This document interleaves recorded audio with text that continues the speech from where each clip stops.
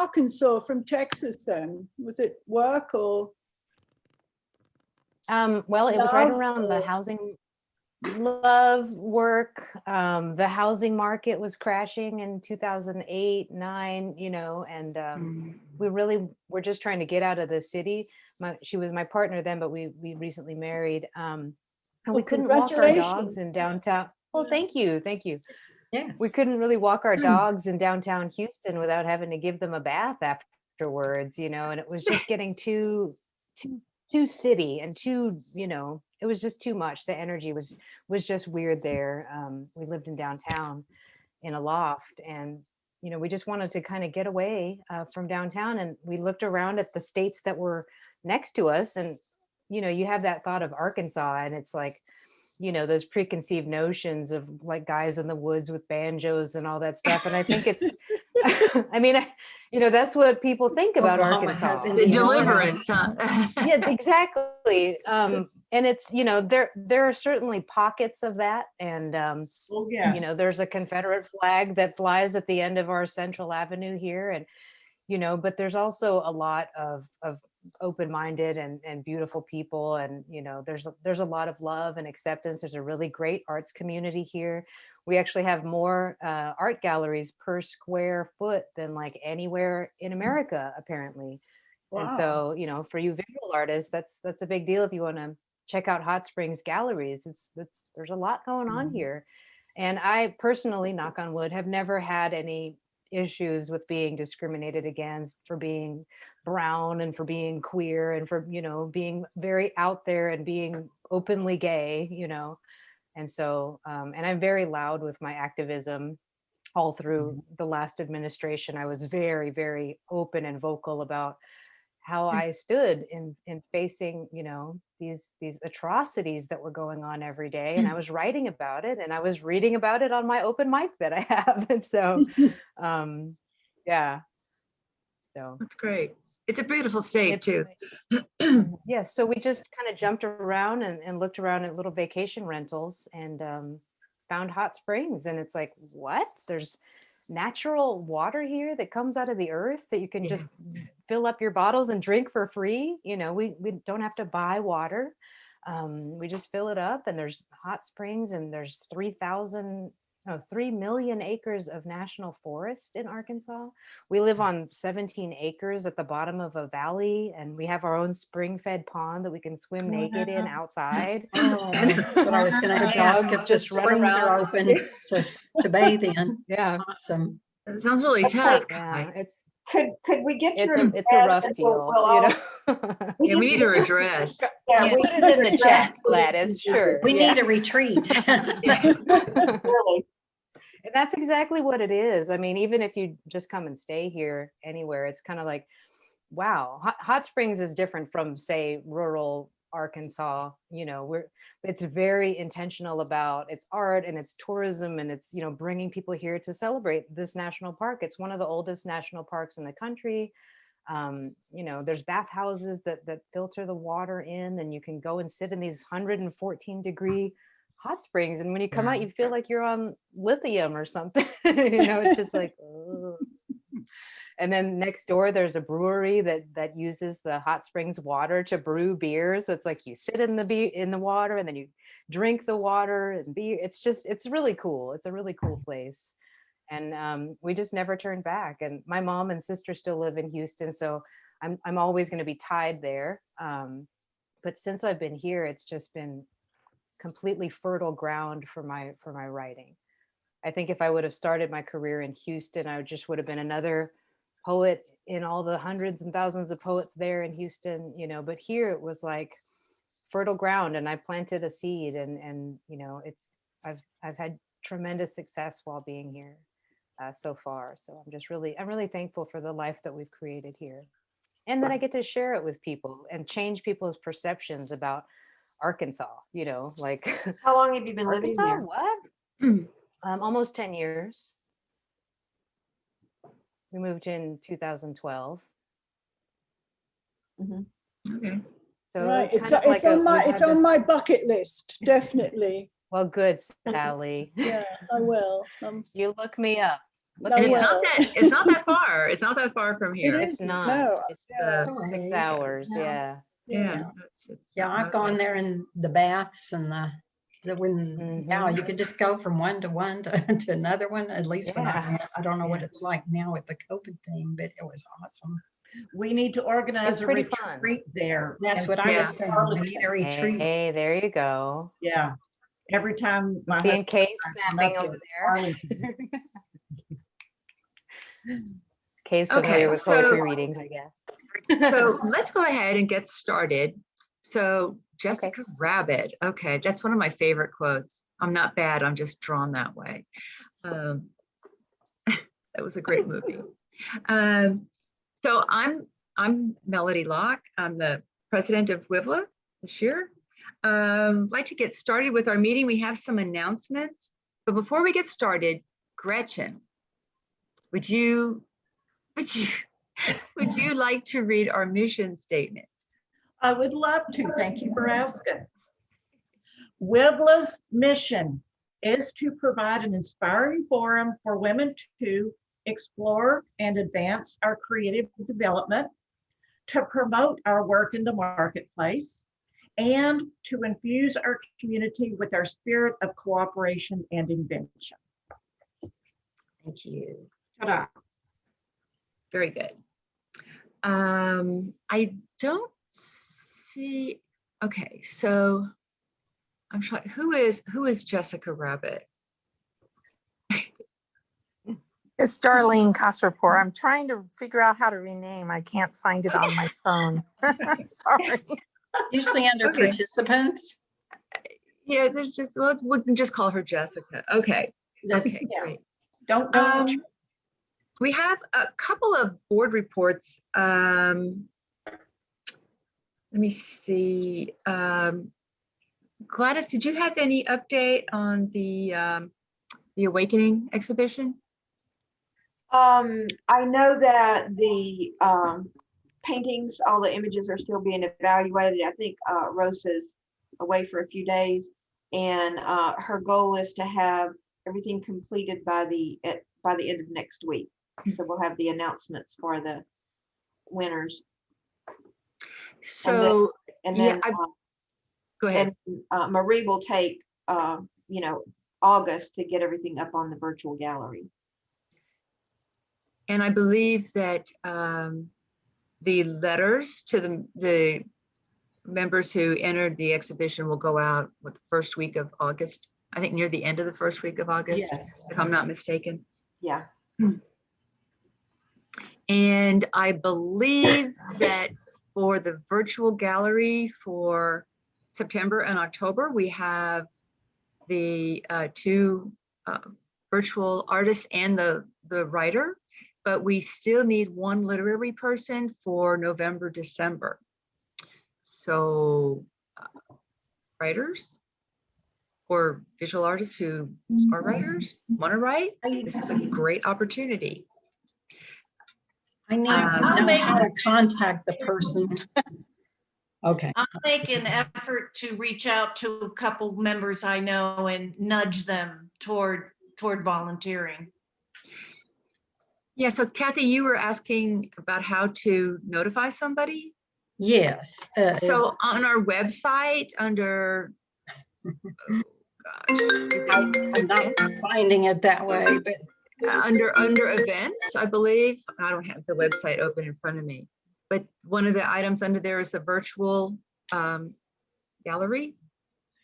Yeah, I've got it open in front of me, and if you go to events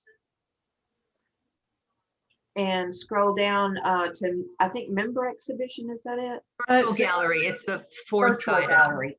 Oh, Virtual sorry, gallery. virtual gallery, sorry about that. Yeah. There's a form on that page. okay. So I would be a literary at this point. Okay. So yeah, so it's a race now to see who gets November, December 1st. Okay. Again, we're asking for suggestions for our collaboration theme for 2022. We need to get going on that real soon now that we've pretty much got the the exhibition for this year under our belt. We need to start getting the theme out there so that we can start getting our pairs together. So think about that. Any suggestions that you have, email events@wivla.org. I just checked there today. Nobody has sent me any suggestions for the collaboration. One little thing, I just received an email about a half hour or so ago from Pam Lewis. For those of you who don't know or don't recall, Pam Lewis is the president of Compassionate Houston. If you recall, Compassionate Houston found out about our compassion collaboration and then asked 3 of our teams to meet at Archway Gallery, and they reported us. We have a couple of people who participated in that on this call now. They had their event, their spring event on June 15th, I believe, which happened to be the same night that we were having our meeting, so we weren't able to attend.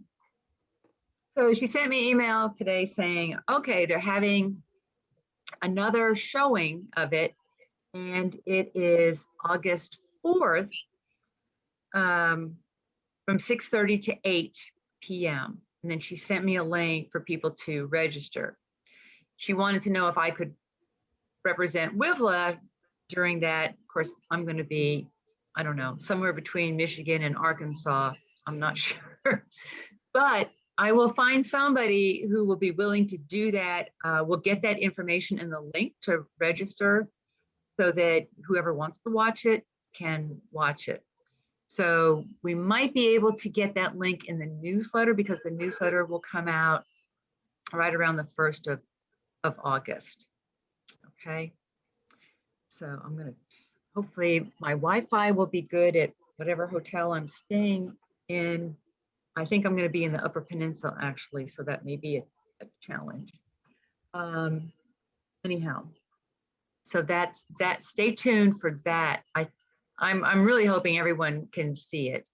I really can't wait to see how our 6 members did. I think 2 are on this call, Gail and Sally. So y'all did I thought y'all did a great job. And I don't, does anyone have any other announcements that I'm forgetting?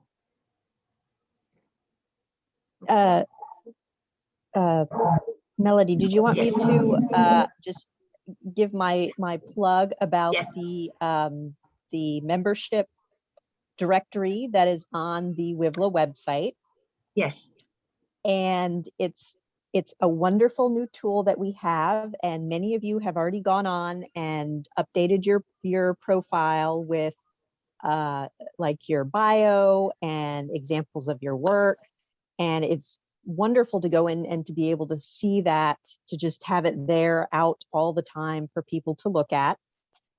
So I do, I don't want to shame anybody into, saying, hey, why haven't you done this yet? But we would all like to see your work, and the WiVLA profile, the member profile on the website is a great way to put some examples out there, let other members learn about your work and what you do and some of your history. Since we can't always meet, we haven't been meeting in person, and sometimes the Zoom calls are not that great to learn about each other. So this is just a way for you to put out information so that we can just go at our leisure and learn about you. For anybody that has been reluctant, perhaps because maybe they're intimidated by the technology, because it is a new feature for the group here, please feel free to reach out to me, and I will help you with any issues you might have with setting that up. It is pretty user friendly, so it's not too terrible. But if you do get frustrated and want some help, please feel free to reach out to me. My email address is membership@wivla.org. Yeah, thanks. Yeah, we've had several new members in the last couple of months. And the first thing that they have done, I mean, it's been so impressive. They join and they set up their profile. And this is so cool because as I mentioned, the collaboration's coming up, and this is a great way for each of us to learn about each other. And I'm not I was going to say the oldest member, but I haven't been the member the longest around here for sure. But I don't know exactly what everybody does. I mean, it's there's 80 of us. I don't know what everybody does. And this is a great way to see examples of each other's work, because we don't always haul these examples around with us, even when we met in person. So this is a super, super opportunity to show your stuff, so that when we do start our speed dating to find partners for the collaboration, we'll also have this information to look at. So please, I mean, really reach out to Sabina or anybody on the board, or anybody who you've seen has already set it up. You don't want to get to one of us, get to somebody else. It's pretty, I think you'll love it. I think you'll love it. And you can change it as often as you want. So it's like having a little mini website. And you can link to your website if you have a website. Anyhow, thank you, Sue. At this time, if there's nothing else, I will turn the meeting over to Gretchen. Is this when you welcome guests? Do I have any guests? I'm sorry. Yes, Jamie Fontiera is my guest. Hi. I can't see, we can't see you, but we can hear. Oh, there she she I'm is. sorry. I didn't want to waste Jamie. my battery. Hi. Oh. Jamie, tell us about what is your art? Well, about 5 years ago, I started getting into wood carving. So I still feel like a beginner in a lot of ways, but I'm getting into that. My school background is I started in architecture, but didn't graduate. I just graduated in construction management. So it's been a great creative outlet for, what was not there.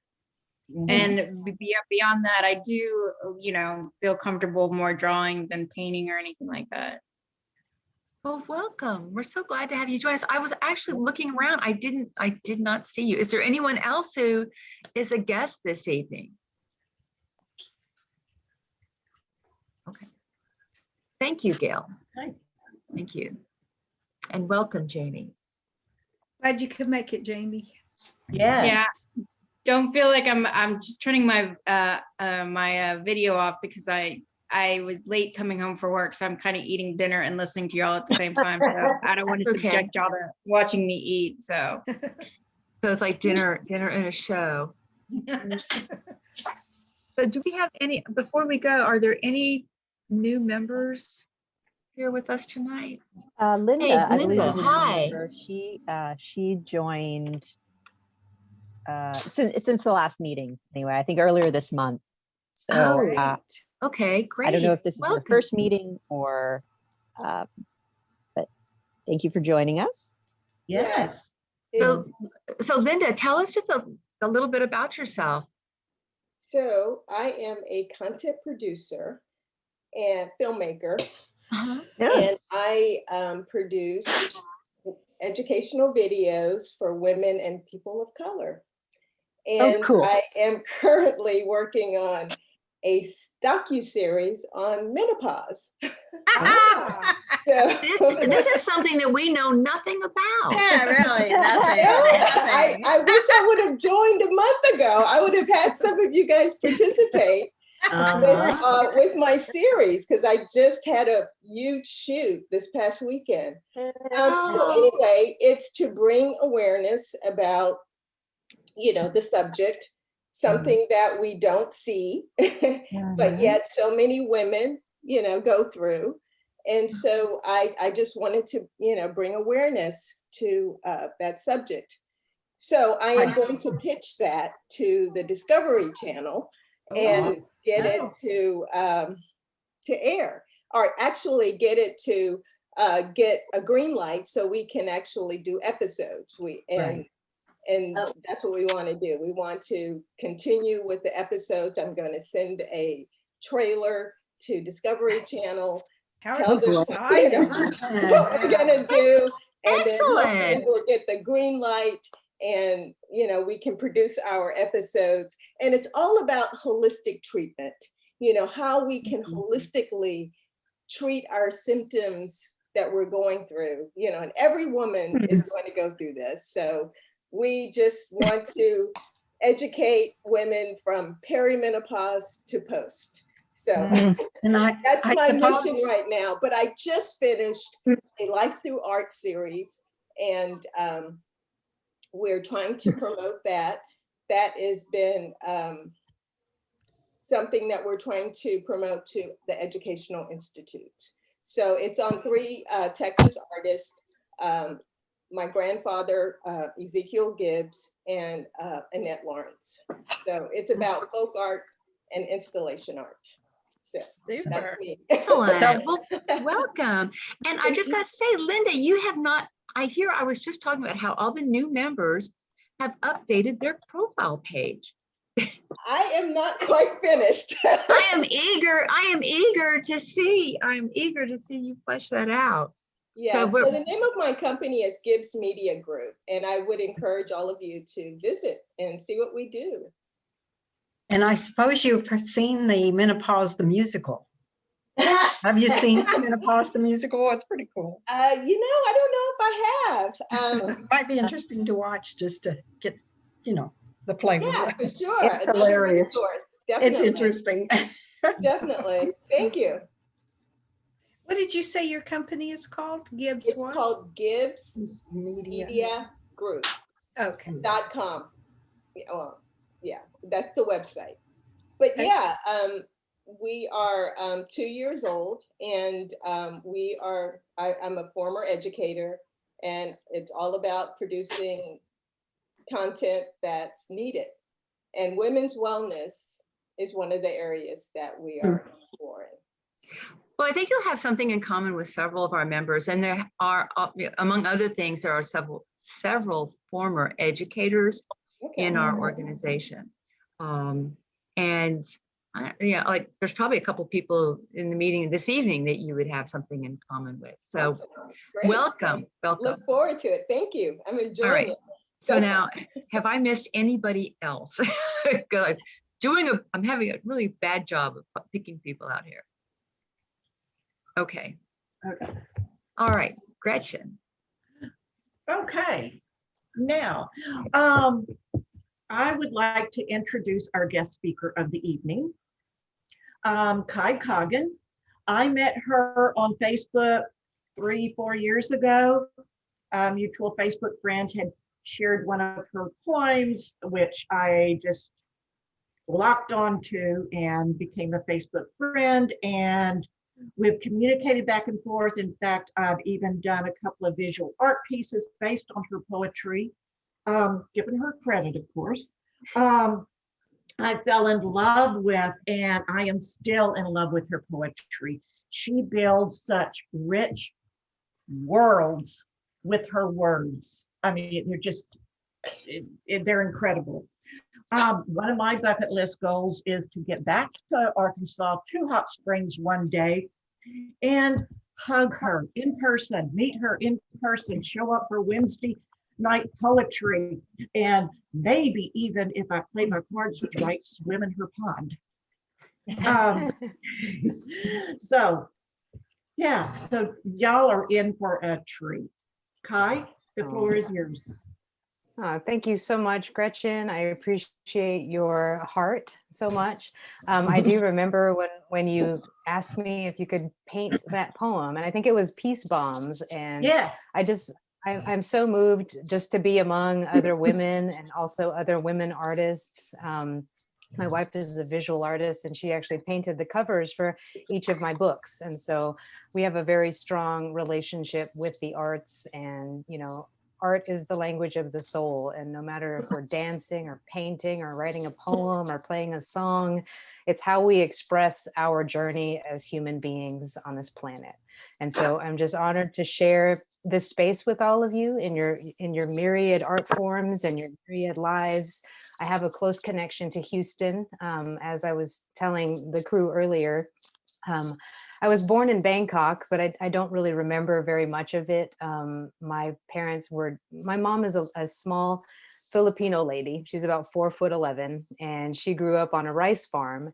And my father was an American journalist with Time magazine, and they met in in a post office in Hong Kong, and he was standing behind her in line, and he thought she was kind of pretty, so he asked her out, and the rest is history. I was born in Bangkok, Thailand, and I have a little sister that was also born there. But when I was 7, they decided that they didn't want to be married anymore. And so at 7 years old, I had to make this really big decision if I wanted to stay in Bangkok with my dad and my life and my little dog, Emily. She was a sheepdog that I would ride around the backyard, and my friends and my school and my ballet classes, or if I wanted to go to a place that I'd never been before, all the way across the ocean, this place called Houston, Texas, and go with my mom and my little sister to this whole new world. And I ended up in Houston. And when I got off of the plane, I thought there was going to be like cowboys and Indians and at the airport gate, because I was just 7 years old. I was just a kid. And it was really poetry that saved me, even though I didn't know that it was poetry yet. Going from being 7 and then having my mom work 3 jobs as a single mom, and we were on welfare and food stamps there. We lived in Alief, which is like Southwest Houston. That's where we grew up. It was always a really diverse neighborhood, a diverse area, but it was rough sometimes to grow up there. I mean, there were gangs, there was violence, there was guns on the school bus. I was raped when I was 13. Someone just knocked on the door and, changed my whole life forever in a really bad way. And, I had to grow up really fast. I went from being 7 to 17 in what felt like a matter of months. And trauma can do funny things to memory. And so it's really poetry that helps me kind of recreate or re-find and define myself again, to kind of dig through all of that stuff that went on and find the jewels and find the way that I can help serve humanity in whatever way that I can. So I'm going to sporadically tell you little things about myself, but mostly I'm just going to read poems to y'all. Is that okay? I want to share poetry, and then I'll open it up for questions at the end. I see Kay is familiar with the poetry snaps, so let me see some snaps here. Kay, yeah, perfect. We'll pretend we're at a real poetry reading and you're not muted in your tiny little squares, and I can feel you and see you, and yes, Gretchen, even hug you if I want to. The first poem I'm going to read is from my first collection, Periscope Heart. And like I said, my wife Joanne painted all of these covers, so this is the first one she painted. And in my office, I have the canvases on my wall there. And so that energy, that art, those colors, they're always staring back at me, begging me to create. This is called Constant Before Picture. There is nothing wrong with being the constant before picture, the widened mirror that women stand in front of to judge their own beauty and bigness, to see that they are the lucky after photo. Maybe after exercising, I could see my feet from up here. Maybe after eating better, I wouldn't have to roll into the next room. They are the skinny versions of this obvious whale. But keep your silent snickers and your sympathy to yourself, because I've been on both sides of this body. I was a size 24 and went down to a size 4 in a little over a year. My friends and family missed the fat me, the silent, sarcastic sponge, the stoic statue they could lean on, the funny one. Because fat people are always funny, right? The wallflower, waiting. They did not know what to do with that much beauty, but I knew I always had it. I know I still do. I'm a size 14 now, 16 some days, tipping the scales back on the side of voluptuous, because there is too much riding on these bones, too much light holding this body up to be that small, too much fight to be that frail. You can't hold a fire in a thin straight line and expect to be warmed. You must keep it wide and strong. Spread me out to light the villages. There is more than enough of me to go around. My body sustains people, gives life. My flesh feeds, glows, has dreams tucked away in its folds, pillows the weary heads. I hold the sun between my hips. My thick tree trunk thighs root a lineage of Amazons and volcanoes. I am too big to be that small. Size 4 cannot hold my charge, my fire, my passions, the comets that explode out of my mouth, the pulsing vibrations of energy from the galactic center that electrify my spine and dance like an arrow of flame from the heavens. You try and put all that goddess into a tiny little shell. I may look like a before picture to you, but all you have is that so-called perfect body. I hold heavens inside me. I carry lifetimes on these beautiful, holy feet. Planets are my swollen planets are my swollen breasts. My shoulders hold up the stars. My monolith head can be seen from space, ancient temple of olive brown skin, frankincense smoke in my breath, each word an escaping blessing. Before, yes, lifetimes before, yes, eons before.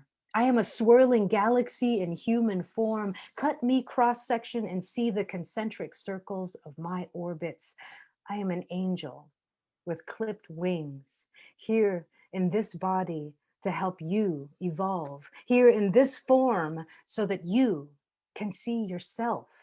I hold everything you could also know in this giant and glorious vessel. Thank you. Thank you, thank you, thank you. Okay, here's what I want you all to do, ladies, fellow women, fellow artists. We have all been bombarded with beauty standards our whole lives. You know, Linda was talking about menopause and perimenopause and all the things that we go through as women. And raise your hand if you've ever looked in the mirror and not liked what you saw. Okay, now raise your other hand for me. Go ahead, come on. Okay, now cross your hands across your body like this, and I want you to give yourself a hug. And even though I can't hear you, I want you to repeat after me and say, I love you, self. You're beautiful, self. You're sexy, self. You're perfect just the way you are. Zoom is so weird because I have to watch that your lips are moving and that you're actually doing this, but I felt it. I could feel that coming through. A lot of my work does confront, you know, beauty standards and self-love, because that was a journey that I've been on, a kind of a sad journey that I've been on for most of my life, not liking this human vessel that I was given and not appreciating it for all of its pounds and all of the padding that was put around me. But you know what? I needed that insulation. I went through some hard stuff. And so that padding I can see as protection now. And though the weight on the scale might vacillate, I am perfect in whatever size and whatever shape and whatever that number reads, because I know that my body is not just for me. My body, right now, my body is for you. My body is for collective art, is for collecting beauty. It's for shining light. It's for speaking out. My body serves many purposes. And so that poem was kind of an owning of that, an owning of my own power, an owning of my womanhood, an owning of my own selfhood. And so thank you for giving me the space to read that. The next poem I'm going to read is from, I'm just going to read one from each of my collections. My second collection is Wingspan, and it came out in 2016. And you guys will appreciate this as artists. When you open the book, the wings open. Ooh, I can see your lips moving, saying, ooh, ah, ooh. Thanks, Gretchen. Okay, so this is Wingspan. I was talking earlier about how difficult it is sometimes to be such a bright blue flame and live in a red state. I live in Arkansas. It's hard. I see some of y'all nodding your heads. I feel you. I can empathize, you know. The last administration was really, really, really difficult to witness, to go through every day. And I'll talk a little bit about that with my next book. But A lot of my work, like I said, deals with self-love. It deals with nature. It deals with love. It deals with climate justice and in the environment. But also I lend my voice. I lend my voice to whatever is not being spoken, whatever injustices are happening, whatever is not given a platform. I intentionally use my platform to highlight and amplify marginalized experiences because I'm a brown queer woman. I am marginalized. I am on the outskirts of society. So this poem is called Upon Hearing Two White Men Sing Dixie at Open Mic After the Charleston Massacre. Don't look away, Dixie. Yes, I know this is the South. This is your heritage, your Southern identity. The flag of Arkansas looks like a disguise dressed in rebel red. Inverted intentions reflecting the same colors, the same lines, the same meanings when they flap boldly in the wind, a limp cloth of hate. It's hard to tell the difference. There is no difference, and I can smell a cross burning as they sing. Dixie.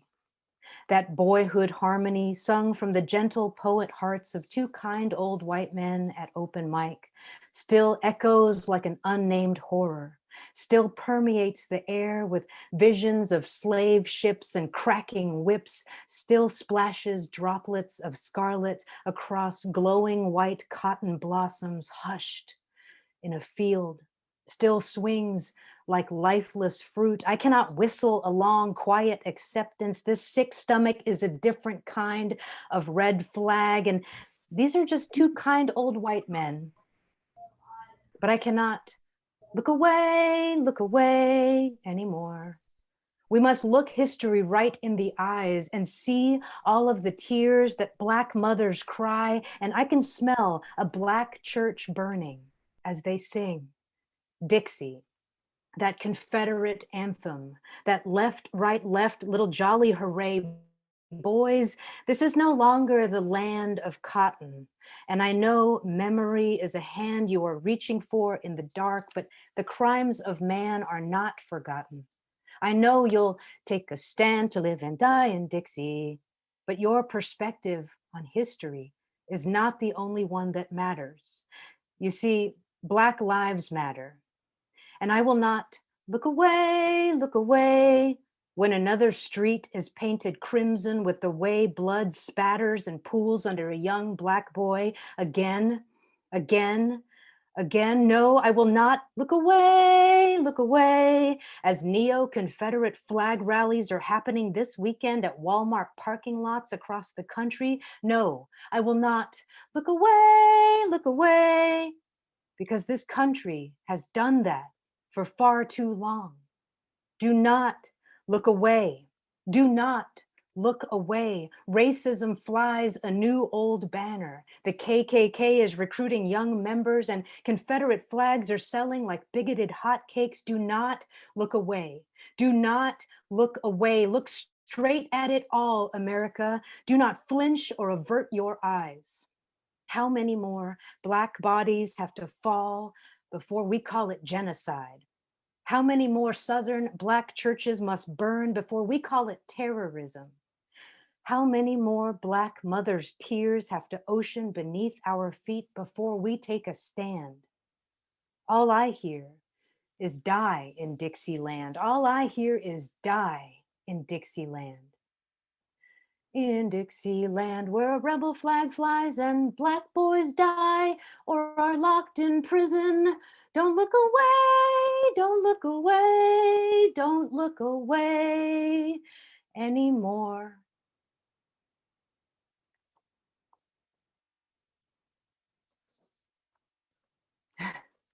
Whew. Thank you, y'all. I see all of your snappings, and I know that everyone take a deep breath in and release. That's a heavy poem. It's heavy to have an open heart and to live and witness such atrocities, to witness children in cages, to witness Black boys dying by the hands of police, to witness all that we do as sensitive women, as sensitive artists, to see all of these things happening and not be able to do anything. And so that's why I put it into poems. I put my fury and my rage and my call to action into my poems. That is a huge part of who I am as a poet. And I'm very loud about it in this red state. And I'm not gonna lie, sometimes Joanne, my wife, is worried for me because I'm very loud. And I host an open mic, and I'm not quiet about these things. And so thank you for holding space for me to read that poem as well. That's a taste of my activism. And as I mentioned, you know, the last administration, I wrote this book mostly during that administration and well, before it, while the last election was going on in 2016. And this is called Incandescent. And this is, again, also a painting. I was trying to capture, we were trying to conceptualize what incandescent would look like in a cover, in a book cover. And we were thinking about it and just kind of throwing around ideas. And then Joanne wouldn't let me into her studio for a couple of months after she was staring at me on the couch. It was midwinter. We had a fire in the fireplace. And she was like, just don't come in here, okay? So I would tiptoe by her studio. A couple months later, she showed me the painting, and I just wept because it captures so much of my essence and just of the details. I mean, most of this is mostly a commercial for her as an artist. The way she did the lips and the nose and the hands, it's not a photograph. It's a painting. So when you open this, you can see that I'm looking into the fireplace. A lot of the poems in this book, again, my books are always laced with love poems, always laced with nature, because I live in this 17-acre, basically, you know, resort of paradise. It's literally called the Peaceful Valley. And so I can't help but write about hummingbirds and deer and squirrels and chipmunks and et cetera, et cetera. But I do not shy away from what needs to be said. And I'm going to share a couple of poems from here. There won't be any more really dramatic poems like that last one, so you can breathe easy now. I'm going to share a poem about the first time I kissed a girl. This poem is called Her. And if you hear a dog snoring, my little dog Genghis is under my desk and he snores. And so it kind of reverberates in the wood. And so it's not me and I'm not hungry. It's Genghis, he's sleeping. Her. I might have been 10 when I realized the magnets inside me were spinning toward her. Whoever her was, she was my everything. My longing to be close, my ache to be seen, my dream to be kissed by, touched by, missed by her. Whoever her was, she was my love, and I could not help but be enamored. The feelings did not die down. They grew into silent flowers in my chest until a meadow sprung from my mouth when I spoke, until petals only saying, she loves me, she loves me, she loves me, spilled from my lips and became my words. At that age, I did not have the word gay, did not have the word lesbian, the word queer, just this fear to explain my frame of reference around my undeniable attraction to her. There was always a her. Through the years of my youth, a too far face I could fix my eyes and heart upon, like a star guiding me out of my black hole secret, never close enough to touch, never close enough to whisper, never close enough to be real in my arms. I was taught those fires would burn me forever, and sin was named after a woman, but I wanted her skin on my mouth so much. The first time I kissed a girl at 17, I might have been a fault line, the way I trembled, the way the earth moved all around our fresh young bodies. I remember her wild curls falling across my face, the way she laughed, the taste of her yes, the ceiling fan spinning rings over our heads, and I may have never returned to the earth that day. The way she sent me hovering into the atmosphere with only the fear that this moment might not be real. And these kisses, and her cheek, and her neck, and her shoulder, and her, and her, and her moving up so close to the wild magnet of me might just be a fleeting dream. But it wasn't a dream. It was love, real love. My first love, and her name stays with me, folded into my skin. And I can remember her in poems and be right there again. Two budding young flowers opening to each other's fingers, how the memories linger after 25 years. She is married now to a man, has two beautiful children, and we don't speak. And I like to think it is because there is still a part of her that remembers how I trembled, and to no fault of hers or mine, love sometimes makes strangers out of lovers. But I can write her into a poem and thank her always for being real. First loves. You never forget them, do you? I'm going to transition a little bit. So like I said, I grew up in Houston, went through all of my schooling there. And I graduated and did all that from high school. And then I went to the Corps of Cadets at Texas A&M University for some crazy reason. I was this like free-spirited, kind of young hippie, and I was sowing my oats at 18 and just like finally stepping into who I was. And then I went the complete opposite way into a very fundamental, like Republican, very opposite of who I was as a spirit at that time in my life. And it was this sort of unconscious drive to want to be like my father, who was a Marine. And so I wanted him to be proud of me. So I joined the Corps of Cadets. You know how we do when we're young. I went to school there, and I was expelled from the Corps for violating the don't ask, don't tell policy, for falling in love with a girl in my outfit when I was a junior. And so I had to do marching tours all around the quad in my full winter dress uniform, and I was hazed, and it was pretty awful. I was in the marching band, and I was a drummer, and I was one of the very first female drummers that was in the Corps of Cadets.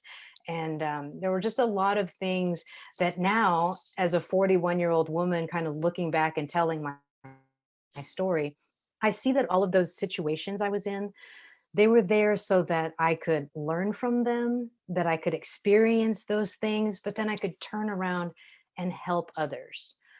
So being expelled from the Corps of Cadets and going through all of that pain and everything, I was still writing poetry. I still kind of would reach for a notebook whenever I felt completely alone. And I did that during my childhood, during my teenage years. I kept that secret inside of being raped. I didn't tell my mom until I was 18, until I was about to be a grown-up. And in case she was mad, I would be, an adult, in case I had to fend for myself. And so, these things that happen when you're a kid and when you're growing up, you can either use them towards the greater good, or you can let them destroy you. And so what I did was I took all of these traumatic events, and I use them intentionally to search out people that I can help. I got my degree in creative writing and poetry from Texas A&M University. And when I graduated, I was like, well, what the hell do I do with a degree in poetry? What do I do now? How do I become a poet? How do I make money? How do you do this? And I didn't know. So I got my emergency teacher's certification. And I went back to the same school district that I grew up in A-Leaf. And I went to the same high schools and stuff. And they hired me as a fresh young teacher, 23, 22 years old. And they gave me the kids, the 9th and 10th graders that were, the troublemakers, the ones that were failing all the tests and the ones that weren't doing good. And they kind of give the young teachers these hard groups, and first year teachers. And my first year teaching, I turned all of them around, and they all, you know, about 96% of them passed the TOS test, which is what it was back then. And it was because, not because I was a great teacher right away, but it was because I went in there and I knew where they were coming from. I knew their stories. I knew what they were going through because I lived it. And so I could see what they needed. I could be not just their teacher, but also I could listen as an adult that wasn't too much older than they were. So I won Teacher of the Year. After 5 years, I won Teacher of the Year. And it was actually because of poetry. And I was teaching 9th and 10th graders, and I wanted to do a poetry unit with them. And so I found this poem called Loose Woman by Sandra Cisneros. And it's a poem that is about confronting your stereotypes, the things that people believe about you. And in the school that I taught, it was about 98% Black and Hispanics, 2% white. I mean, it was 98% others, you know, and that's the cool thing about living in Houston. You know, it's a very diverse, beautiful place to grow up. And so I was always an other, but you're not really an other if everyone is an other, you know? This poem, Loose Woman by Sandra Cisneros, it talks about the stereotypes that are thrust upon you, and she sort of flips them on their heads and then writes this poem as an answer and a rejection to all of those stereotypes and says, oh yeah, watch it. I'm me, I'm my fullest self, I'm beautiful and all these things. It's a very empowering poem. So I found it and I put it on the overhead, and the word bitch is in the poem. So right away, my kids were like, oh, miss, it says bitch on the overhead. You know how kids, you have to kind of hook them in a little bit. But some of y'all are shaking your heads. You're probably educators. But they were like, they couldn't believe that that was up there on the board. And so we went over it line by line, and they could start to see the similarities of the way that she was, you know, stereotyped and discriminated against, and then compare it to the way that they are stereotypes. Like, oh, you're a 15-year-old Mexican girl, you're probably going to get pregnant next year. Oh, you're a 17-year-old Black boy, you're probably going to be in prison next year. So they addressed all of these stereotypes within themselves. I had them write a shadow poem of Loose Woman. So they had to write their own version of all the stereotypes that are thrust upon them, and then, you know, reject it and push it back through a poem. And I gave them the total freedom to say whatever they needed to say in that poem. If you're angry, be angry in the poem. I had a boy that was from Iraq, and it was right after 9/11 had happened, and people called him a terrorist, and they called him a bomber or whatever. They would make fun of him. And so his poem was about that. I gave them the freedom, if they needed to cuss in the poem, they could cuss in the poem. If they needed to just say whatever they needed to say. And this was one of the things that has always stuck with me, especially when teaching, is that poetry is a safe place for your feelings. Poetry is a safe place for your feelings. And when I gave my students the agency to be safe, to say whatever they needed to say, they wrote the most deep and incredible and transformative poems in this project. I gave them magazines, and they collaged, you know, photos and pictures around their poems. They typed them out. I hung them all up on the wall. I wrote a poem also and did the whole project with them. And it was so successful that I didn't want the project to quit. This is the kind of teacher that I was. I kind of flew by the seat of my pants. I didn't want that engagement to end. And so our next unit was persuasive writing. So the next assignment for them was to write a persuasive letter to Sandra Cisneros to have her come and read the poem to my class. So my students all wrote these letters to Sandra Cisneros. I found her address of her agent in New York City. I wrote a letter also. I brought fancy fountain pens to school, and they all practiced signing their signatures, and we printed them out, and so that it was the poem on one side and then their persuasive letter on the other. And I had 200 really amazing poems and really persuasive letters, like, dear Ms. Cisneros, I am, you know, my name is I can't even think of any of their names right now on the spot, but your poetry really gave me the bravery to see the things that have been put on myself and challenging the things that people think about me. And they were so heartfelt. They were really, really powerful. And so it was coming up on Christmas break, and I had 200 of these letters. I put them in a box, sealed it up, sent it to New York City, and I kind of just patted myself on the back like, all right, Ms. Coggin, you little whippersnapper of a teacher, you little risk taker, good job. You made it to Christmas vacation, you know, rest easy now, take a break. And then, so I was really proud of myself. They were really, really engaged. And it was a really great project. And it was because of poetry. I came back after Christmas. It was January 10th, maybe. And wouldn't you guess it, there was a letter in my email from Sandra Cisneros saying she would love to come to the school, come and meet my kids. Turns out the box of letters got to New York City to her agent. They opened it up, or she opened it up, and she read a couple of letters. And she got on a plane from New York to San Antonio and knocked on Sandra Cisneros' little pink house, and her chihuahuas are running around everywhere underfoot. And she said, you have to read these letters. And Sandra opened the door kind of flustered, and she, you know, sat down to open the box and read a couple of letters and just started sobbing. A week before she got those letters, her mother had passed away.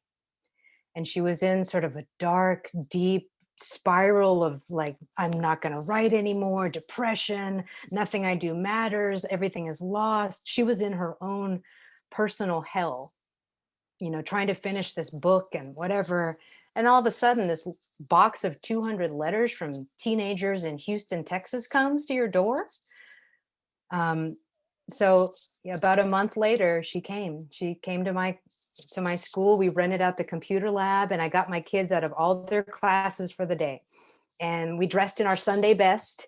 They were wearing dresses, and they had their, you know, head wraps on and their dashikis, and they were just really, really proud. They brought food from their cultures to share, and we had like a buffet. And Sandra came, and her agent came, and her photographer came. And I had their poems put up on the wall all over the room. And we made it so that there was a podium and stuff, and we did it like a poetry reading. So my students got up there and read their poems in front of this internationally famous author. I mean, if you've ever heard of The House on Mango Street, that's Sandra Cisneros. President Barack Obama gave her the Presidential Medal of Freedom for her service in the art world. I mean, she's a big, big name. And Sandra came, and she read her poem to them, and she let them ask all kinds of questions, and then, you know, listened as they read their poems, and I read my own as well. And it was in that moment that these worlds sort of collided, and I could see the power of poetry again. I sort of put it on the back burner because I didn't know how I would make a career out of it, you know. But seeing the power of poems and what it opened up in my 15, 16, 17-year-old students that had been basically downtrodden their whole lives, and see them come alive and see the power of their own words in this moment. It was sort of just this like culmination of everything. She brought 200 hardcover copies of her brand new book, Caramello, for them. And for a lot of them, it was the first hardback book they had ever owned, and said, this is mine. She stood in line, they all got in line, and she, you know, signed books for like an hour and autographed them and took pictures with them. And it, you know, years later, that was in 2005, you know, so 15 years later now, some students are still in contact with me, and they still say how much that day meant to them and how that was one of the best days of their lives. And so Sandra saw my own fire, my power as a teacher and as a poet, and she invited me to her writing workshop, Macondo, in San Antonio. And I went to it, and I got to go to her house. She made quesadillas for me, and we split a Corona, and it was just like, is this really happening right now? I can't believe it. You know, so that was sort of the transition of me becoming a poet again, full time. So I won Teacher of the Year, like I said, and then I won Teacher of the Year out of the whole school district. And then I won Teacher of the Year out of 85,000 teachers. And then I quit. So, so I was about 27, and I kind of got to this top of the mountain, and I stuck my flag in there, and I was like, I am great. And then I retired. And my students made up these little stories about me, that I had gone underground to work for President Obama to recreate a new system for education. And they made up all these crazy stories and like spread them around the campus. But Sandra Cisneros blurbed my first book, Periscope Heart. So when a poet blurbs you, or, kind of co-signs your work, it really is a big deal. And so she said, I first met Kai Coggin as a blazing fire of energy, a supernova educator in the Houston high schools. Now she is on her light path, teaching through her own poetry. Her words are spells, chants, prayers, invocations. Thank you, Kai, for work of the spirit, for illuminations like desert thunder and a night sky of benedictions. So for me, that was a huge sign from the universe that said, Kai, you need to go and be a poet full time, put all your energy there. And that happened to be the time that we moved to Houston. Joanne and we moved from Houston here to Hot Springs National Park, and that's what I did. I just started writing full time, putting my poems together, making manuscripts, and I sent that first manuscript out in 2013, and it won the contest. And so that's how my first book was published, and I have not turned back since. And I put teaching on the back burner a little bit, but teaching, once you're a teacher, if you really feel the power, first of all, thank you if you're an educator of any kind, or if you're a mother, or if you're a grandmother, just damn it, thank all of you, because we all serve in our own ways. But if you're a teacher, it's hard to leave that profession completely. And so I signed up with the Arkansas Arts Council here to be a teaching artist. And I don't know if you guys do that in Houston there. There are a lot of great programs that do that. And you have a great poet laureate there in Houston who's a friend of mine. But I get to go into the schools now. And I've been doing it for about 6 years, going into the schools and just teaching poetry, giving that same agency to second graders all the way up to 12th graders. And before COVID, I was teaching about 3,500 kids a year all over the state. And so, you don't really make a whole lot of money as a poet writing books and doing sporadic readings here and there, but that's where my fire is. But the education, being a teaching artist with the Arts Council, that's where monetarily I survive. That's how my career survives. So the two have married, and now that people just know me as a teaching artist, as a poet. I won Best Poet in Arkansas with the Arkansas Times in 2020. And I just won the Governor's Arts Award for Arts and Education from the governor here in 2021. So I'm out here and I'm doing it. And poetry, I'm giving that agency to kids here and telling them that poetry is a safe place for your feelings, whether they're 7 or 17, because they have to learn so much in schools, but not a lot about how to express yourself. Not a lot about where to put your feelings. Not a lot about what to do when your grandma dies, or what to do when your parents get a divorce, or where to put all that. And a lot of kids have to carry that around, especially here in Arkansas. There's a lot of poverty. There's a lot of drug use in the poor communities here. There's a lot of forgotten kids, like out in the Delta area. And they think that the Arkansas Delta is the whole world. And I'm like, no, honey, that's not the whole world. And I give them this little window. And I wear a beret when I teach. I have all these different colored berets. And they're like, I like your hat. And I'm like, oh, it's a beret. I got it in Paris, France. And they're like, where's that? You can open so much of a child just by being who you are, sharing where you've been, telling them this isn't the whole world. There's so much more. So I'm going to share another poem with you all, which is a perfect segue, if I say so myself, from Incandescent. This is called How Do You Teach Poetry? How do you teach poetry? You read it out loud to a room filled with children, as though a fire lives in your gut, as though magic lives in your heart, and you only want to put it in their cup together hands. You hold a magnifying glass up to meaning, dig around and show them all that lies beneath until they want to find it themselves, until they are the instigators of discovery, until this language becomes one with their small mouths, until they are excited in uncovering layers of intention and the puzzles of sounds. How do you teach poetry? You ask the children to read it out loud, just a line, maybe two. Is that what the poet is really trying to say? Are you reading the back of a cereal box? How do you think she is feeling here? Remember what a metaphor is? Onomatopoeia. And they try, and they try, and they finally break the cusp of fear into realization.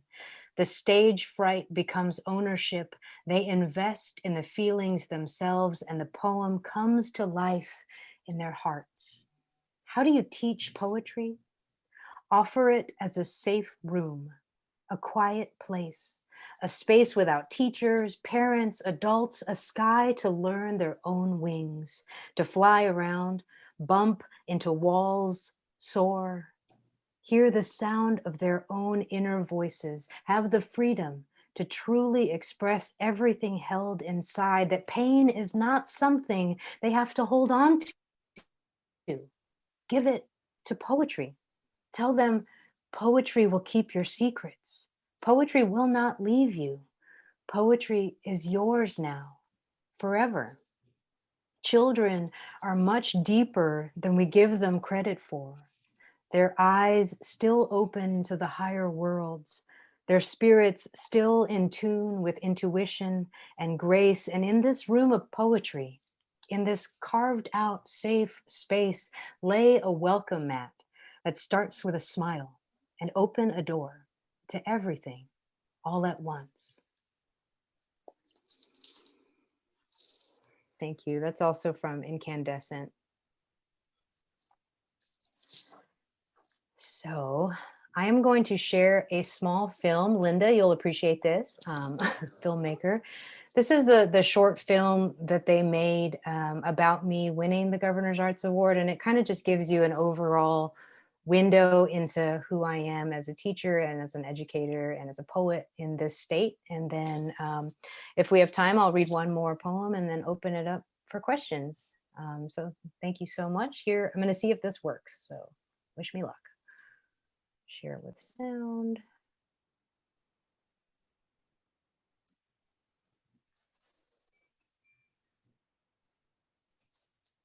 Thumbs up if you can see this. Good. I work with the Arkansas Arts Council. I work with Arkansas Learning Through the Arts, which is based here in Hot Springs, and they have gotten me into many, many schools here across the state. I'm the host of Wednesday Night Poetry, which is the longest running consecutive weekly open mic series in the entire country. We've never missed a single week of poetry in 1,668 weeks in a row. And by the time you air this, it'll be more. And I also am a board member of Hot Springs Area Cultural Alliance, which amplifies and celebrates arts in and around Hot Springs. I didn't have an easy childhood, and so I just started scribbling. I found an empty notebook and I just started scribbling, writing my thoughts down. And that's how it started. I had a friend all of a sudden. I wasn't alone all of a sudden. When I got out of college, I was like, well, how do I become a poet? What do I do now? And so I got my emergency teacher certification, and I went right into teaching high school. I taught 9th and 10th grade English back in the same school district that I grew up in. And I won Teacher of the Year. And then I won Teacher of the Year out of the whole school district. And then I kind of got to the top of that mountain and I put my flag up there, and then I quit because there was still this burning inside me that I wanted to be a poet. I didn't know how, I didn't know what I was going to do, but I knew that poetry was still the major thing in my life.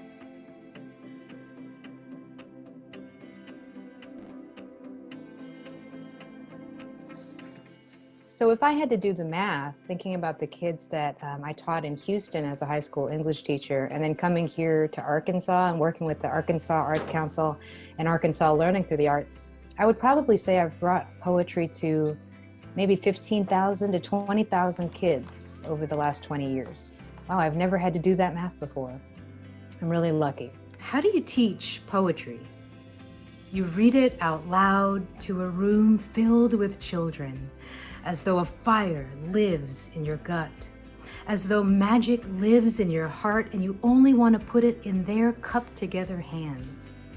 You hold a magnifying glass up to meaning, dig around and show them all that lies beneath until they want to find it themselves, until they are the instigators of discovery.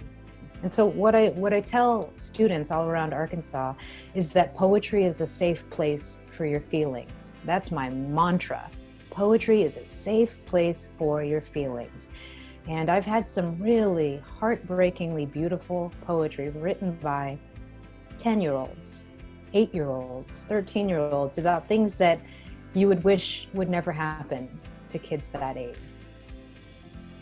So I offer a lot of my poems to the marginalized voices because I too am a marginalized voice. I am a brown queer woman living in Arkansas. I am a queer woman of color living in America. And so I know from personal experience what it's like to be on the outside. I've been on the outside my whole life. And so now I write for other outsiders, for people that don't really have a voice. And here in Hot Springs, it's actually the home of Wednesday night poetry. When I started writing again, I went to my first open mic here and I was just hooked. So I've been going ever since. I'm now the host of it. It was started by Bud Kenny, February 1st, 1989. Her name into a poem and thank her always for being real. So when the pandemic hit in March of 2020, I didn't want to break our streak. You know, we're the longest running streak in America. And so I was like, oh my gosh, what am I going to do? So I asked our poets, our local poets, to just send me a little video clip of them reading a poem. And so I made a Facebook post at the same time that we were supposed to have Wednesday night poetry at 6:30 on that first Wednesday. And I uploaded all the videos into one post and I said, welcome to Wednesday night poetry. We're having it here online now until we can be safe again. Every week, we consistently met on Wednesday and it was open to anybody, poets all over the country. And we would meet and we would kind of process what was going on. So it's kind of like I moved my classroom to the adults. You know, I couldn't be in the classroom with the kids anymore. So I became the teacher, the leader of the poetry community for the poets. Poetry is yours forever. Children are much deeper than we give them credit for. Their eyes still open to the higher worlds, their spirits still in tune with intuition and grace. And in this room of poetry, in this safe carved out space, lay a welcome mat that starts with a smile and open a door to everything all at once.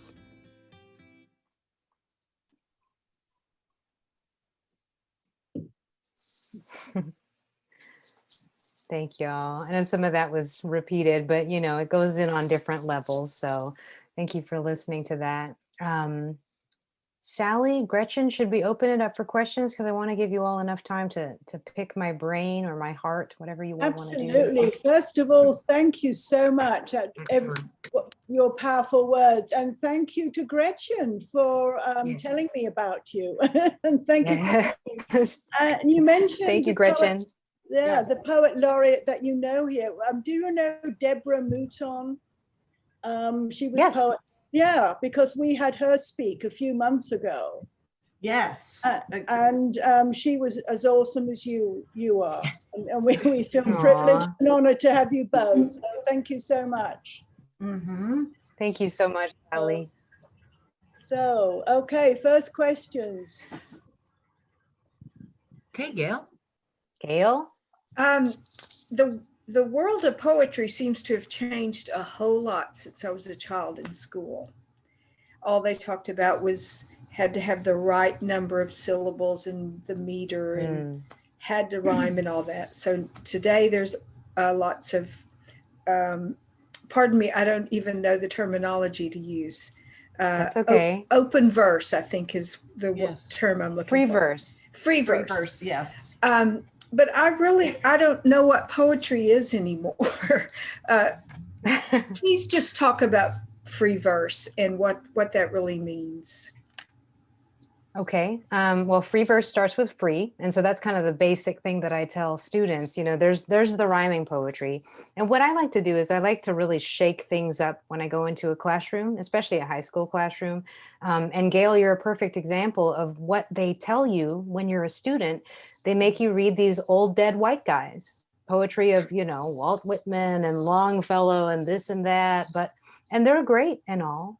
But there are so many rich contemporary poets that are writing right now and that have been writing in the last 75 to 100 years that are just breaking all of those molds that were enforced upon the poetry genre. And so, yes, there are still a lot of beautiful forms of poetry, but a lot of the younger poets that are writing right now are going into these forms like the sonnets or the villanelles or the sestinas, and they're breaking them, or they're redefining them. Terrence Hayes is totally redefining sonnets, and so is Diane Seuss. She just put out a book of sonnets, and instead of counting the syllables and the stressed and unstressed words and the number of, you know, lines and all of that, it's putting these really contemporary ideas into a very old form. And so there's this whole rebirth. But free verse, it's free, it's very narrative, it's very lyrical. We still use, hopefully you can hear it in my work, but I still use the figurative language devices, the tools of the metaphor and the simile, alliteration, personification, all those things. But I give myself space to fly. I let myself go wherever I need to go. And usually an image will strike me and I'll hold it in my consciousness for a few days, and I say that I let it marinate. The most recent one, I put out a poem today. I'm doing a challenge this month to write 30 poems in 30 days. And it's been tough, but I've written 20 so far. And I have 10 more days to go. But the last poem I wrote was about a caterpillar hanging from a silk line. And it appeared right in front of my eyes, and then it just started doing this crazy ballerina dance in front of me.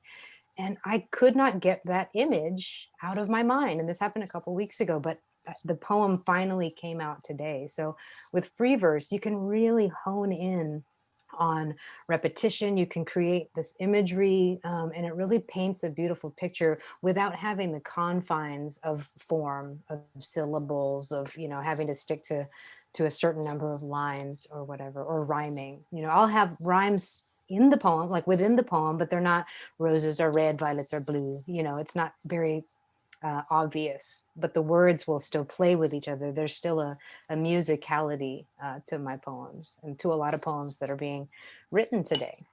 A lot of the contemporary writers. Go ahead. Sometimes I'll write something and I'll think, is that a poem? I don't know if it is or not. Is it a poem if I say it is? Is it a free verse poem if I say it is, and it's not if it's not? I mean. Perfect. So with a free verse poem, like what I tell the kids is a free verse poem will sound just like how you talk in your normal colloquialism, your normal speech, like we're talking to a friend. But what makes it a poem is when you use those other things, those devices like repetition or imagery or onomatopoeia, or, you know. So what I do with the kids is I give them those tools on the first day. And you saw that slide of it where it said all those different tools, metaphor, simile, no matter how old they are. If I give them the tools and they understand them, you know, we do examples and fun examples in class. If they understand those tools, then when I say, okay, now you have all the freedom you want, they can use those tools, and they take it and run with it. And okay, so I think I've got it knowing now, those since you said that. Okay, good, cool, good. Thanks for the question, Gail. I think, to me, the free verse is more accessible. When I was at school, we had to learn Keats and Byron and Shelley, and, you know, it was so obtuse. You didn't, all those classical references, very difficult to understand. And they didn't exactly, you know, the words don't sing to you. and I can't remember any of it. Absolutely. So what And is, you know, yeah. how many, Sorry, what is the curriculum though that Speak- you have to teach? You have to teach to a certain my career, yeah, in schools. yes, I teach, right. I teach to this, I look at the standards by grade level, you know, and they'll usually have like a topic or a theme that they're doing that 6 weeks. And I intentionally bring in poets that are alive today and poets that are, you know, diverse voices, Black and brown poets, young poets, queer poets. And I bring, you know, these voices that otherwise would not get heard in a regular classroom. Because I'll teach, I mean, I'll go and I'll talk to some of the teachers beforehand and we'll do a planning meeting. And, you know, a lot of times teachers, English teachers, hate teaching poetry because, like you said, Sally, all they've been exposed to are Keats and Byron and these really obtuse sort of elitist poems and poets that you can't really have access to. You know, it's the Maya Angelou's that you're like, oh God, I can feel that, you know, and I can, you start to feel through lyricism and accessibility. That's how you reach people. So I try to be as open and as understandable and have my door wide open for anybody that wants to hear or read or see me perform my poems. I want everyone to understand them. There's enough walls blocking people. You know, I want all the walls torn down. I don't want anything stopping someone from enjoying words, from enjoying images, from being enriched by beauty. And so it's really, really evolved over the last, especially 20 years. Now our poet laureate, Joy Harjo, you know, she's the first Native American poet that we've ever had. And she's a member of the Muskogee tribe in Oklahoma. And she actually featured for Wednesday Night Poetry during this virtual time. Because of the virtual space that I created, it's sort of also crashed down all of these walls between, you know, beginning poets and these poets that are in the upper echelons of the poetry world. Just like in the visual artist world or dance world, there are the untouchables. But COVID kind of leveled the playing field. We're all at home on Zoom in our little boxes, in our little square, you know? And so they were in isolation also, and they wanted to participate in the longest running consecutive weekly open mic series in the country while we were in isolation. And so when the United States Poet Laureate agreed, and these other sort of poetry giants, Jane Hirschfield and Naomi Shihab agreed to participate, it opened all the doors to everybody. And it's like, well, these people did it, you know, why wouldn't I do it? So over the last 66 weeks that I had it online, I mean, almost anyone you can think of that's a popular poet right now has come across this virtual stage that we have here in Hot Springs. And we're live and in person again, but I've kept that virtual wing open as well. So poetry is really cool now, you guys. It's really, you know, look at Amanda Gorman at the inauguration. Look at how much of a splash that young lady made. And you know, people like that, moments like that, they change history, they rewrite history. But the poets have always been writing, the painters have always been painting, the singers have always been singing. We're pulsing underneath everything, and we've all just gone through the darkest time in our collective history, like that we've been alive through. We went through COVID. We went through that election that lasted forever. We lasted through the protests this summer, you know, and changing the consciousness of our country. And I've very intentionally written poems about all of that. I have an upcoming book that's going to be released November 11th called Mining for Stardust. And the first poem in it was written on the first day of the lockdown. And I wrote about that year, the whole year, about everything that was going on. And not a lot of poets write, they call them sort of occasional poems, but I write intentionally to record history. I want these poems to say, I was here, this happened, I saw this happen, I didn't stand for it, I wrote about it. You know, I want to be that person that's a willing scribe to our existence, to what we're all going through. And so I do that very intentionally. So. Yeah. I was gonna ask how you kind of started on it, on how has COVID like positively or negatively impacted you as a poet? Because I know with COVID, like the will to kind of create wasn't always there, you know? Yeah. Well, because I had that Wednesday night poetry thing, you know, first I did it with just the local people, send me a video and I'll put it on Facebook so that we didn't break our streak. And then when I opened it up to everyone, it was like, oh my God. I had 3,000 poets over 65 weeks send in videos. And I did this thing the second week, not the first week, but the second week I did it online. And Gretchen can tell you, I do this thing every week where I would put my hand out to the screen, just like this. And I would say, I'm putting my hand up and you can put your hand up to mine. And I invited people that were watching, poets or whatever, to touch my hand, even because it was such an untouchable, isolated thing that we were all living through in those early days of COVID. And, you know, at first I thought it was kind of hokey, a little weird, you know, but people from all over the globe sent me pictures of them touching my hand, putting their hand up to the screen. And it was sort of like touching people without touching people. And I really leaned into just being authentic, to being open, to being compassionate and loving, because people just needed that. People were so alone and isolated. And so having this weekly space to sort of lead this thought and be this open platform for people to process everything that was going on, it really fed my creativity a lot as well. And I was writing a lot. There was a lot that I needed to put to the page. And I got married and I wrote a poem about, I've written many love poems about that. And, you know, it's just a lot of the doors that were closed before COVID are open to me now. And it's because I was intentionally helpful during this time. I created community, I opened myself up, and people noticed. Do you agree, Gretchen? Maybe you could say something about what you've witnessed as my Facebook friend. So I'm not just tooting my horn. No, everything you have said is so accurate. I think we as artists, I mean, throughout history, we have been the ones that we may not have the political power, the community power to make change, but as artists, we are the ones that bring situations to people's attention.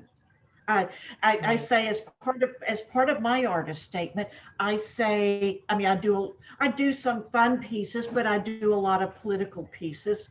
And the whole point of it is to make connections. I want to start conversations. I want people to, whether they agree or disagree with each other, I want my art to start conversations with people. And that's what I see you doing.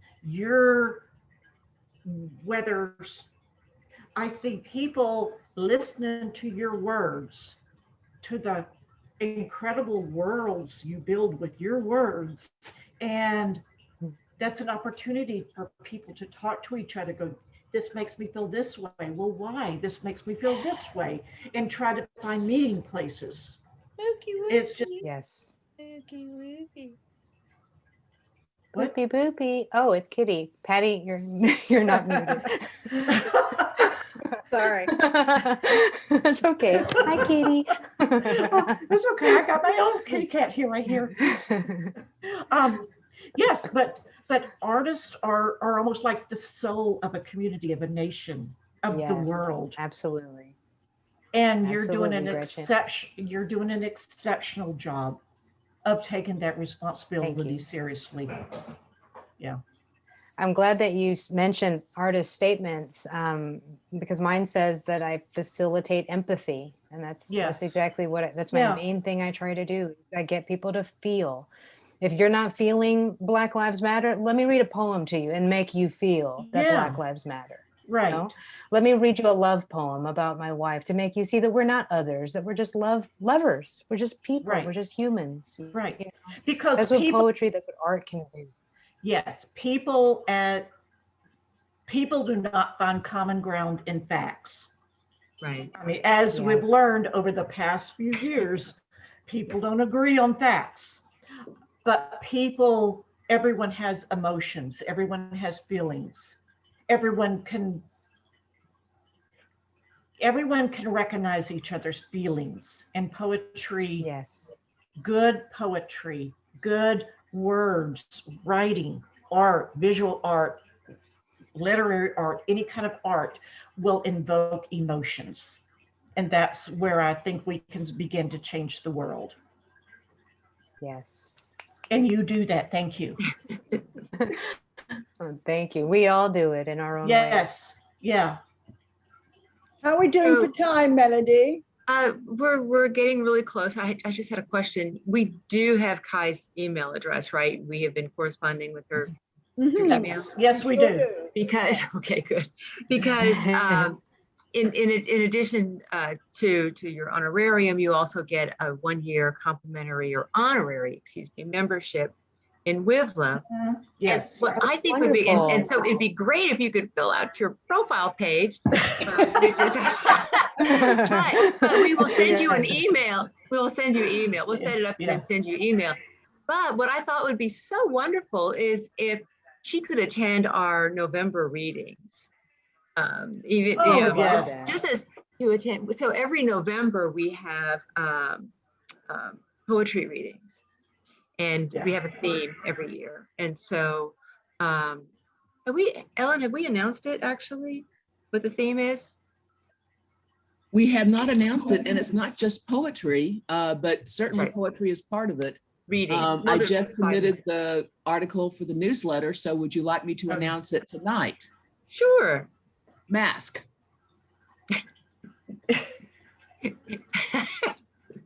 That's so the theme. The mask? theme is masks. Masks. Yes. Boy, do I have poems about that. Well, yeah. And we want to be clear that it's not necessarily surgical mask, right? It can be any kind of mask, whether it's you know, in theater, or the mask, the facade that you hide behind, or you know, your emotions or whatever. So but what did you think of about masks the last time before it all became about COVID and global pandemics? And sure, right, yeah. Had you just seen Phantom of the Opera before everything shut down, or it was Halloween? Yeah, or was it? Yeah, which is Ellen's favorite holiday. Go for Halloween, yes. Go for drama, go for Halloween, go for anything, or go for the surgical mask if that's what, you know, where you're drawn. Right. We always like to have themes that are very vague and open. So you know, your inspiration can just take you anywhere. We don't try to corral you into a certain place. But this has been a fabulous meeting. I am just thrilled that Gretchen gave your name to Sally, and Sally connected with you, and you are here. I mean, it's been Thank you so much. I told y'all you would love her. Well, I always believe you, Gretchen. We always believe everything you say. Gretchen knows what she's talking about. Oh, good. I put my website. Great. I put my website in the chat, and if you'd like, you can order all of my books from that website, and I can sign them for you. You can just tell me that you're from WiVLA, and I'll give you some extra love. Maybe throw in an extra book for you, because I know that artists, you know, we stay hustling. So anything that I can do to help you all, or get some of my work in your hands, I'd be honored to have it held by you. It's been a great privilege for me to speak with you and just to share space, and to, you know, if you forgot what you're here on this planet to do, it's to create beauty and to share it. And I know that you're all doing that by being here, being a part of this organization, and just being who you are in the world. So it's been an honor to be among colleagues and fellow artists tonight. So thank you so much. And keep staying safe. I would love next time I'm in Houston to come and meet you all or read. That'd be your awesome. You have to let us know when you're. conference or whatever. My book is coming out in November, so keep me Mhm. flagged for that. If it's an in-person thing or what. But I think we're please going to keep my be name virtual. in the At this list. point, I think we're going to be Okay. virtual. I tell you what, people, virtual's gotten a lot of flack, but if it wasn't for virtual, we wouldn't have you here with us this evening. That's right. Exactly. Yeah. So it's I appreciate the Zoom. opened up our world quite a bit. Okay, I'm going to remove the spotlight from you. And in the last couple of minutes, well, did it do anything? I can't tell. In the last couple of minutes, does anybody have any news to share? Any shows that you're in? Well, I just have my something in the Archway Gallery, and that's in real life Yes. now. You could go Yes. visit. I mean, that's really nice. So Congratulations. that was fun to be hung in reality. Yes. Yeah. Okay. No, congratulations. That was there were a lot of people that entered that show. So, Yeah, they only took 15%. So I Yes. It was excellent for you to get in. Yeah, thanks. Yes. But not surprising. Anyone else? I've got one thing that happened. Sure, go ahead. There's a new place going to be opening up over on Washington Avenue called the Art Curio at Railway Heights. Yeah. And I submitted some stuff last week and they called me yesterday. And they asked me to bring all of the paintings that I submitted. Cool. Oh, awesome. That's excellent. It's a really cool Good. place. Good news. Well done. Thank you. Art Curio. Art Curio at Railway Heights, and there's shops in the bottom, and upstairs there's all kinds of different little cool eateries that you can just go up and order, and then you'll be able to sit down. There's a wine bar, and they're putting down on the far end, they're doing an installation of like a digital wall, and they're going to project all of the different paintings up there and have it be like it can be like a selfie wall too, but then the paintings are actually going to be hung around all the walls in there, and they're going to do little plaques below each one of them, and That's everything. cool. That's Yes. excellent. It's a So check cool that place. out. It's close to everybody. They have some really interesting looking little restaurants in there. It's going to be a really neat place. And I got to meet one of the people that's, I guess, one of the owners, or and talked to him for a while. So it was kind of interesting. That's great. Well, thanks. Anyone else? It's good to hear about that place too. Anyone else? So y'all are spread across the top. I can't see everybody at once, so you almost have to yell out. We'll put it back in gallery view. Yeah. Actually, I just noticed a question in chat a minute ago that a lot of us might like the answer to. Could you remind us of what book that Dixie poem was in?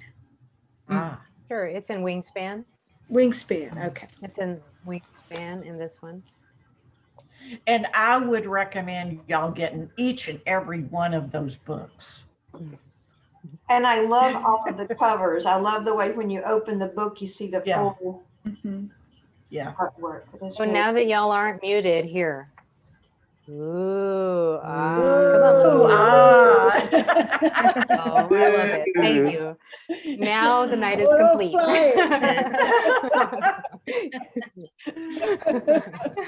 Yeah, it feels so weird to be kind of talking to yourself, commenting to yourself while you're giving a presentation. Yeah. Especially in a poetry reading. It's just like, is anyone there? Yeah. Yeah. But I could feel all of your hearts. Good. I would like to share something. Okay. I am, and this is part of my ECHO grant. I am going to Chicago next month. There is an exhibit at the Art Institute of Chicago by Bisa Butler. And I just would encourage everyone to look up either her exhibition. Okay, who said that? She's amazing. Yeah. Oh, okay. Yeah. Well, She's Yes. amazing. She has an exhibit there, and I have wanted to see at least a few of her pieces in person. And I'm going to see so many of them in person next month.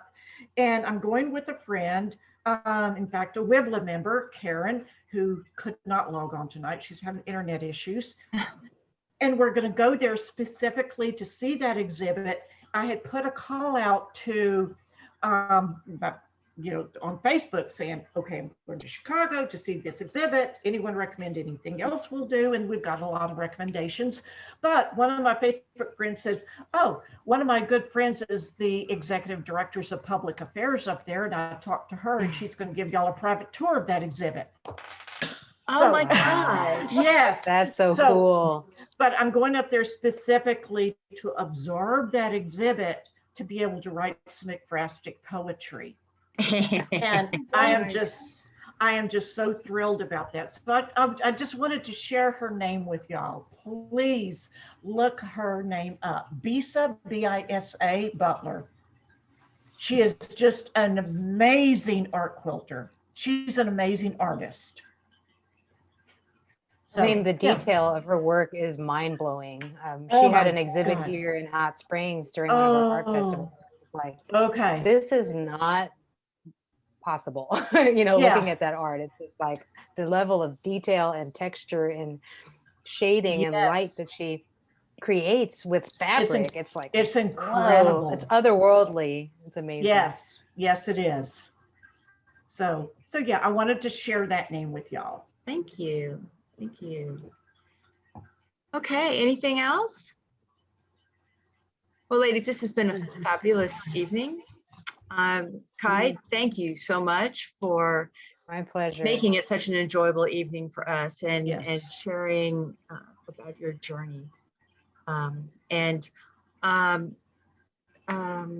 Where is Haley? There you are.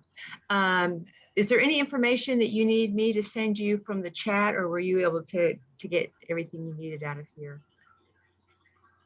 I took notes. I didn't see anything in the chat. I can always send you the chat if you'd like. Sure, that's fine. Okay. All right, ladies.